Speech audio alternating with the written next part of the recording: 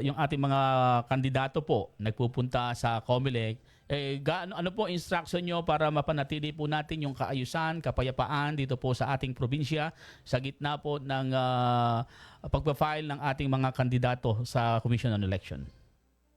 Sir Joel, simula po noong October 1, simula pa lang po ng pagpapile po ng COC, nag-deploy na po tayo ng ating mga kapulisan sa lahat po ng opisina po ng COMELEC sa municipal cities.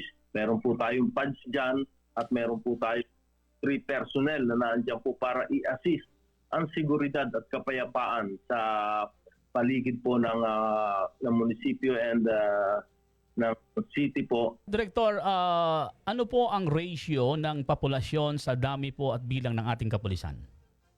1:1,500 population rate. Talagang kulang po, Sir Joel, yung ating kapulisan dito. But nevertheless, ginagawa po natin ang lahat para po makapaglingkod ng tama. Kaya meron po tayo yung mga tinatawag natin na force multiplier. Okay po. Ng mga CEOs na handa pong tumulong sa ating kapulisan, ni-utilize din po natin yan. Aktibo ba yung mga bantay bayan po natin? Yes sir, aktibo po sila, kaya po mga ni-utilize natin para po tayo matulungan. Considering nga po na napakaliit po ng bilang ng kapulisan ikukumpara po sa ating population dito po sa Pampanga. Meron po ba kayong advice sa ating mga kapulisan at sa ating mga mamamayan dito sa ating probinsya para sa seguridad po, sa peace and order ng ating bayan or ng ating lalawigan?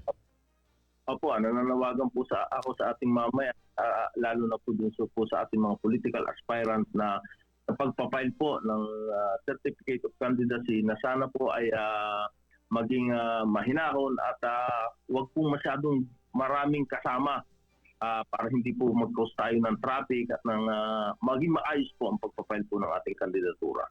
Okay, maraming salamat po, Director Dimo Andal. Maraming salamat din po, Sir Joel. Ayun po. Ang ating pong nakapanayam ay ang kauupo, ano? Mga 2 buwan pa lang yata siya or mahigit na bilang Provincial Director ng ating PNP dito po sa lalawigan ng Pampanga. Sana po suportahan natin yung ating kapulisan, ano ho? Sila po ang tagapangalaga ng seguridad. Sila po ang mga alagad ng batas na mag-maintain ng kapayapaan at kaayusan, kaya dapat po ay mag-cooperate ho tayo. Ano ho? Suportahan po natin ang ating kapulisan. Kapag sinuportahan natin sila, para din naman sa atin yan. No ho? Para din naman sa atin yan, para makatulog tayo ng payapa. Alam mong secured at payapa po ang ating lugar dahil nagtutulungan ang kapulisan at ang kanyang mamamayan.